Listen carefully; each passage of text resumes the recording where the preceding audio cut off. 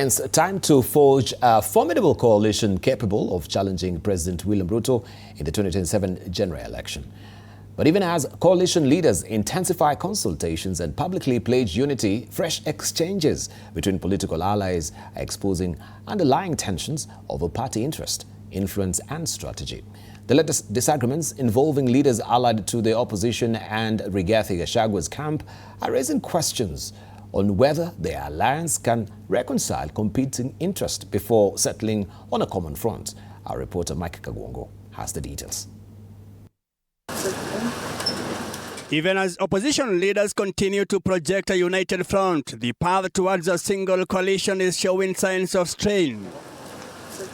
On Monday, Azimio la Umoja One Kenya coalition leaders gathered in Nairobi, where they mandated Wiper leader Kalonzo to intensify consultations, strengthen coalition unity, and expand the alliance ahead of the 2027 general election. A day later, Kalonzo hosted DCP party leader Rigathi Gachagua for further consultations at his current residence, describing the engagement as part of the ongoing efforts to build a broader opposition coalition capable of forming the next general election. It being understood, I was given the mandate to reach out so that we can fast-track the formation of this new coalition.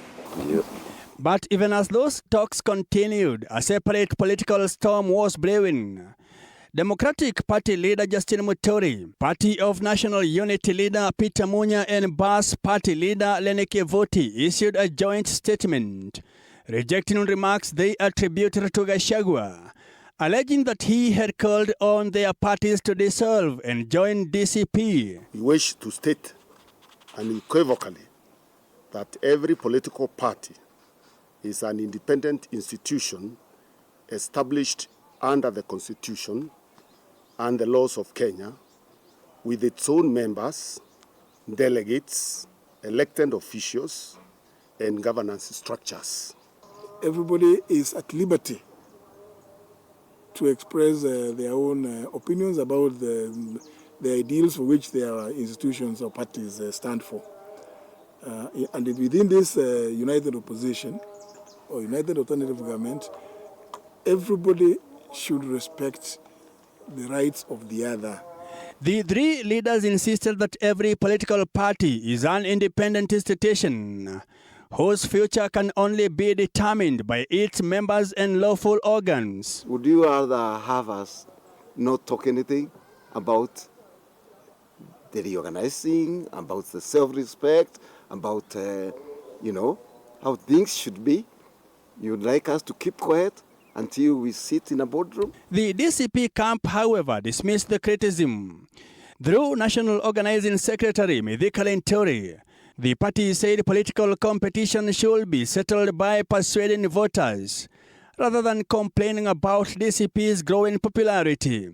Linturi said, and I quote, "Every political party in Kenya is free to market itself in whatever way it deems fit, provided it operates within the law."